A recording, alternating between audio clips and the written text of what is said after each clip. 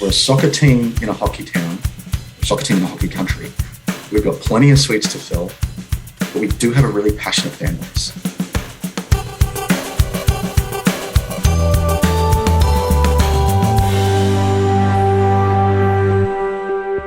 How do we bring more people in more often to experience what football is like in Canada, soccer is like in Canada?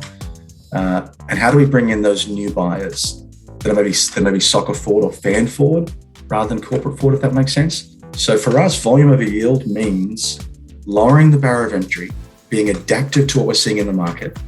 So we're seeing smaller groups looking for those private experiences. Maybe they pay a little bit more than a seat in the bowl, but they're looking to experience a product that, hey, it's cheaper than the movies, it's cheaper than a night out, say at a restaurant, and it's exposing more people to that game.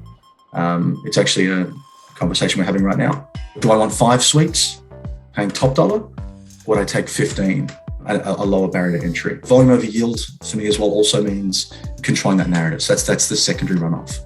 Soccer in Canada, no one goes.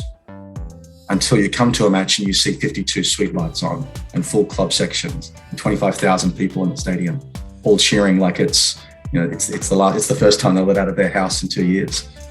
Something that actually was. Controlling the narrative of brilliant. You can't get a suite at a soccer match. There are passionate football fans in those suites, which is another thing I learned from hospitality. They're not clients. They're not potential buyers. They're fans, members, and guests.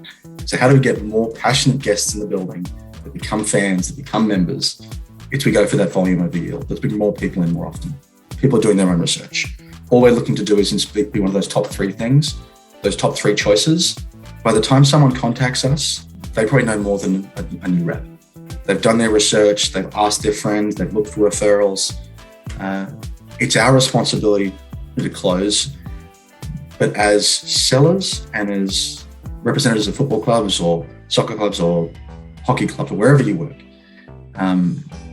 buying cycles now mean getting out early, being as active in your communities as possible, building communities around your sports teams. Engaging with local communities. So when they're looking for those activities, they're looking for that sense of community, you're one of the top 3 things they think about. Not a hike in the mountains, not the restaurants, not the movies, but people's buying habits and their research has changed. What do our assets look like? Do we have creative content that's inspiring people to actually make that inquiry or come towards us or want to be part of our community?